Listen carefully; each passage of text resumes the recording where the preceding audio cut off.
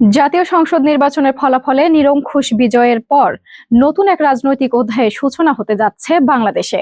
12 ফেব্রুয়ারি অনুষ্ঠিত নির্বাচনে বিপুল জনসমর্থন নিয়ে জয়লাভ করার পর তারেক রহমান দেশের প্রধানমন্ত্রী হিসেবে দায়িত্ব গ্রহণের পথে এগিয়ে রয়েছেন।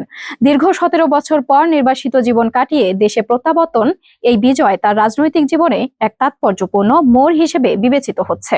এবারের নির্বাচনে ঐতিহাসিক রাজনৈতিক দল বাংলাদেশ জাতীয়তাবাদী দল বিএনপি বিপুল সংখ্যাগরিষ্ঠতা অর্জন করেছে, যার ফলে তার নেতৃত্বে সরকার গঠনের প্রক্রিয়া ইতোমধ্যেই শুরু হয়েছে।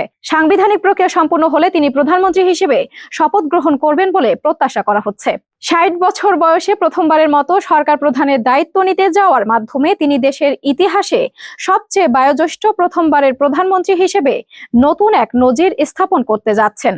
অতীতে সাধারণত 45 থেকে 55 বছর বয়সের মধ্যেই সরকার প্রধান হওয়ার প্রবণতা দেখা গেলেও এবার সেই ধারা ভেঙে ভিন্ন এক দৃষ্টিকোণ তৈরি হচ্ছে।